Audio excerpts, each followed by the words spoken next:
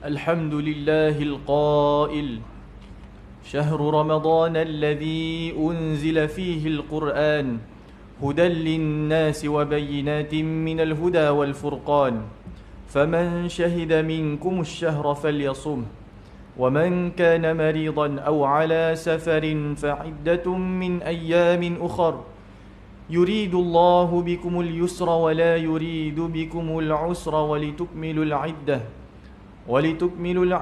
ولتكبروا الله على ما هداكم ولعلكم تشكرون أشهد أن لا إله إلا الله وحده لا شريك له وأشهد أن محمدا عبده ورسوله اللهم صل وسلم وبارك على سيدنا محمد وعلى آله وصحبه أجمعين أما بعد فيا أيها المسلمون اتقوا الله أوصيكم وإياي بتقوى الله فقد فاز المتقون قال الله تعالى يا أيها الذين آمنوا اتقوا الله حق تقاته ولا تموتن إلا وأنتم مسلمون. Muslimin yang dirahmati Allah Subhanahu wa taala sekalian, saya menyeru agar kita bersama-sama meningkatkan ketakwaan kita kepada Allah Subhanahu wa taala dengan melaksanakan segala perintahnya dan meninggalkan segala larangannya. Marilah kita memberi sepenuh tumpuan kepada khutbah yang akan disampaikan. Janganlah berbual-bual dan berleka-leka dengan telefon bimbit. Semoga khutbah ini memberi manfaat kepada kita semua. Pada hari yang mulia ini, mimbar akan membicarakan khutbah yang bertajuk Ahlan ya Ramadan. Muslimin yang dirahmati Allah Subhanahu wa taala sekalian, hari ini adalah hari Jumaat terakhir di bulan Syaban. Merujuk kepada sebuah hadis, Salman Al-Farisi radhiyallahu anhu meriwayatkan bahawa Rasulullah sallallahu alaihi wasallam menyampaikan khutbahnya pada hari terakhir Syaban yang bermaksud, wahai manusia, sesungguhnya telah datang kepada kamu bulan yang agung, bulan yang diberkati, bulan yang di dalamnya ada satu malam yang lebih baik daripada 1000 bulan. Allah jadikan berpuasa padanya sebagai kefarduan, membangunkan malamnya sebagai sunat. Sesiapa yang padanya mendekatkan diri padanya dengan satu kebaikan, adalah ia seperti menunaikan kefarduan pada bulan yang lain. Ia adalah bulan kesabaran, sedangkan kesabaran itu balasannya syurga, dan bulan menderma harta, dan bulan yang ditambah rezeki orang mukmin. Sesiapa yang memberi berbuka orang yang berpuasa, ia adalah keampunan kepada dosanya. Ia akan bebas dari api neraka, dan dia mendapat pahala seumpamanya tanpa mengurangkan pahala si pelakunya sedikit pun. Riwayat Al-Baihaqi. Hadirin Jumaat yang dirahmati Allah, banyak hadis yang membicarakan keistimewaan bulan Ramadan, menjelaskan Ramadan bulan dipenjarakan syaitan, dibuka pintu-pintu langit, dibuka pintu-pintu syurga, ditutup pintu-pintu neraka. Bulan Ramadan juga dibuka pintu-pintu rahmah dan pembebasan daripada api neraka. Bulan keampunan kepada orang-orang yang berpuasa, kepada orang yang membangunkan malamnya, kepada orang yang bangun mencari Lailatul Qadr. Ramadan juga bulan kesabaran, bulan pemurah dan berkorban, bulan Al-Quran, bulan mendidik kehendak nafsu, bulan mendidik akhlak mulia, bulan risalah Islam, mengerjakan umrah padanya, menyamai haji bersama Rasulullah sallallahu alaihi wasallam, bulan diperkenankan doa, bulan Lailatul Qadar, dan bulan zakat fitrah. Semuanya ini adalah rahmat kurniaan Allah Subhanahu wa taala buat hamba-hambanya yang benar-benar patuh dan beriman kepada Allah Subhanahu wa taala. Hadirin Jumaat yang dirahmati Allah, kita hendaklah bergembira menyambut Ramadan sebagaimana Rasulullah sallallahu alaihi wasallam menyambutnya. Bagaimana Rasulullah menyambutnya? Rasulullah meraihkan dengan melihat anak bulan Ramadan pada akhir bulan Syaban. Abu Hurairah radhiyallahu anhu meriwayatkan bahawa Rasulullah sallallahu alaihi wasallam bersabda, "Berpuasalah kamu kerana melihat anak bulan Ramadan, dan berbukalah hari raya dengan melihat anak bulan Syawal. Jika samar ke atas kamu, maka sempurnakanlah bilangan bulan Sya'ban 30 hari." Riwayat Muslim. Rasulullah sallallahu alaihi wasallam juga tidak berpuasa sebelum Ramadan. Rasulullah sallallahu alaihi wasallam mengingatkan kita dengan sabdanya sebagaimana diriwayatkan oleh Abu Hurairah radhiyallahu anhu yang bermaksud, "Janganlah kamu mendahului Ramadan dengan berpuasa 1 hari, tidak juga 2 hari, melainkan orang-orang yang membiasakan puasa, maka hendaklah ia berpuasa."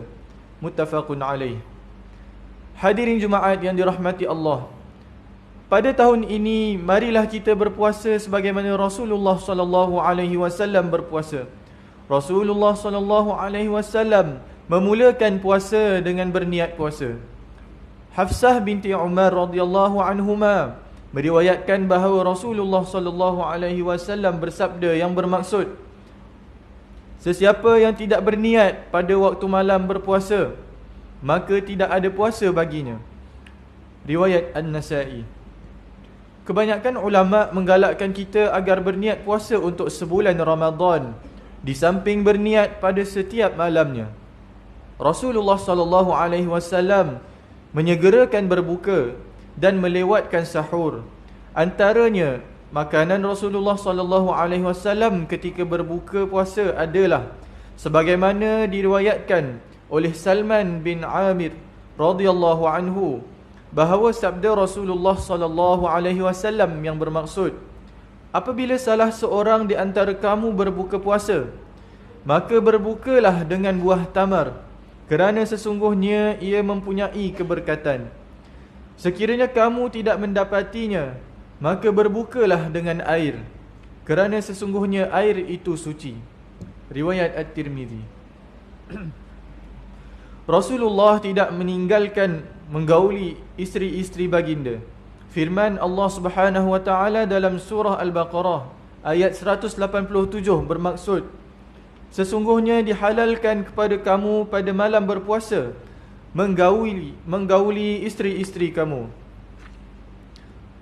Rasulullah sallallahu alaihi wasallam menggandakan amalannya pada 10 malam terakhir, dan sebuah hadis bermaksud adalah Rasulullah sallallahu alaihi wasallam apabila masuk ke dalam 10 hari terakhir Ramadan, membangunkan malam dengan ibadah, membangunkan keluarganya dan mengetatkan kainnya, yakni tidak bersetubuh.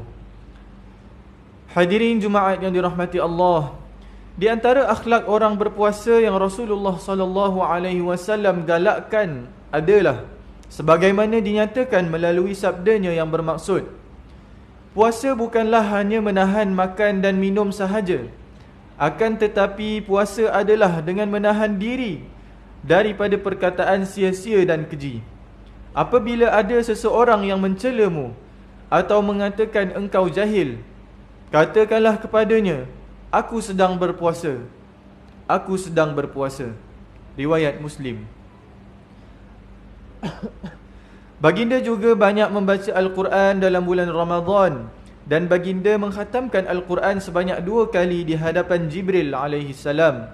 Baginda sallallahu alaihi wasallam juga sangat pemurah menghulurkan derma dan sedekahnya ketika dalam bulan Ramadan.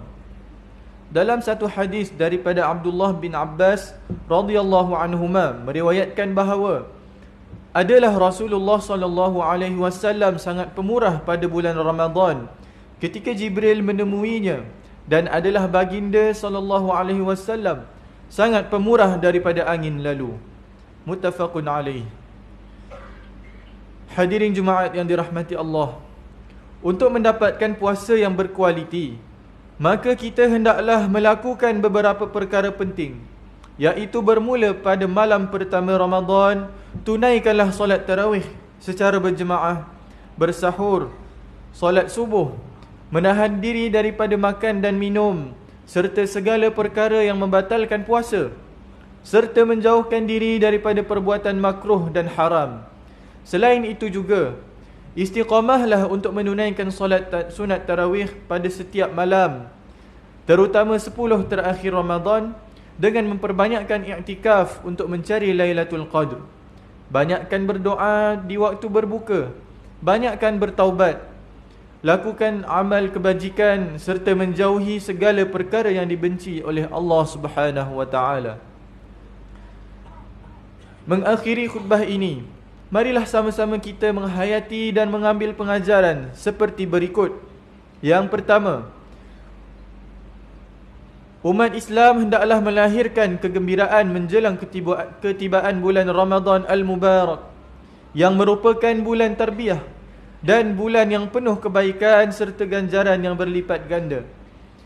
Yang kedua, umat Islam hendaklah mencontohi Rasulullah SAW ketika menyambut Ramadan dan melaksanakan puasa dengan berpada ketika berbuka dan bersahur, bahkan berlebihlah dalam beribadah.